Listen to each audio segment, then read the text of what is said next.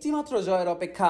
অজিদের বিপক্ষে সিরিজের শেষ ম্যাচে জিততে পারলেই নতুন ইতিহাসে নাম উঠবে বাংলাদেশের। বিশ্ব চ্যাম্পিয়ন অস্ট্রেলিয়াকে হোয়াইট ওয়াশ করার কীর্তিটা গড়ে ফেলবে লাল সবুজেরা। তবে মাইটি অজিদের হোয়াইট ওয়াশ করা তো আর চারটেখানে কথা নয়। কাজটা মোটেই সহজ হবে না বাংলাদেশের জন্য। তাই তো টানা 2 ম্যাচ জয়ের পরও একাদশে পরিবর্তন আনতে পারে লাল সবুজেরা। বিশেষ করে অধিনায়ক মেহেদী হাসান মিরাজকে বিশ্রাম দেওয়ার সম্ভাবনাটা উড়িয়ে দেওয়া যায় না। তার পরিবর্তে অধিনায়কের দায়িত্বটা দেওয়া হতে পারে নাজমুল হোসেন শান্তর কাঁধে। ওপেনিং পজিশনে আবারও বেঞ্চে বসেই কাটাতে হবে সাইফ হাসানকে। সাম্প্রতিক সময়ে ব্যাট হাতে রানের দেখা না পাওয়া এই ব্যাটারকে গত ম্যাচেও রাখা হয়েছিল বেঞ্চে। তার পরিবর্তে সুযোগ পেয়েই নিজেকে মেলে ধরেছেন সৌম্য সরকার। ওপেনিং এ যখন প্রথম ম্যাচের হাফ সেঞ্চুরিয়ান তানজিদ তামিম ফিরে যান রানের খাতা খোলার আগে, তখন এই সৌম্যই শান্তকে সাথে নিয়ে রানের চাকা সচল রাখেন। তার 47 বলে 42 রানের ইনিংসটাই মূলত ম্যাচের ভিতটা দাঁড় করে দিয়েছে।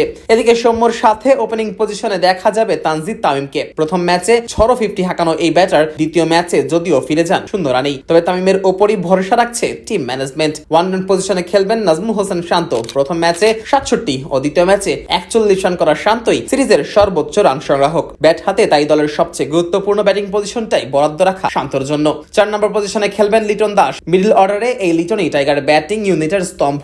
যদিও অভিষেকের পর থেকে এখনো মিরপুরের মাটিতে ওয়ানডেতে অর্ধশতক হাঁকাতে পারেননি এই ব্যাটার, তবে শেষ ম্যাচে এসে সেই খরা দূর করতে চাইবেন লিটন। 5 নম্বর পজিশনে খেলবেন ঘরোয়া ক্রিকেটের দলের সবচেয়ে আস্থাভাজন ক্রিকেটার তাওহিদ হৃদয়। দ্বিতীয় ম্যাচে গুরুত্বপূর্ণ মুহূর্তে তার 40 রানের ইনিংসটাই ম্যাচের পার্থক্য করে দিয়েছে। 6 নম্বর পজিশনে মুসাদ্দেকের জায়গা আপাতত নিশ্চিত। প্রথম ম্যাচে ব্যাট ও বল হাতে ম্যাচ সেরা পারফরমেন্স করার সুবাদে তাকেই খেলানো হবে লোয়ার মিডল অর্ডারে। 7 নম্বর পজিশনটা মেহেদী মিরাজের জন্য বরাদ্দ থাকলেও দ্বিতীয় ম্যাচে মাথায় বল লাগলে বেশ অস্বস্তি বোধ করছিলেন এই অলরাউন্ডার। যদিও শেষ পর্যন্ত ম্যাচ জিতিয়েই মাঠ ফেরেন মিরাজ। তবে ম্যাচের পরই তাকে ছুটতে হয় হাসপাতালে। সেখানে নিবিড় পর্যবেক্ষণ শেষে তিনি বাসায় ফিরেছেন ঠিকই, তবে তৃতীয় ম্যাচে মাঠ নামার মতো ফিট আদৌ আছেন কিনা সেটাও একটা প্রশ্ন রয়েই যায়। আর এমন যদি হয় তাহলে সুযোগ পেতে পারেন শেখ মেহেদী হাসান। ম্যাচ গড়ানোর ঠিক একদিন আগেই স্কোয়াডে আনা হয়েছে মেহেদীকে।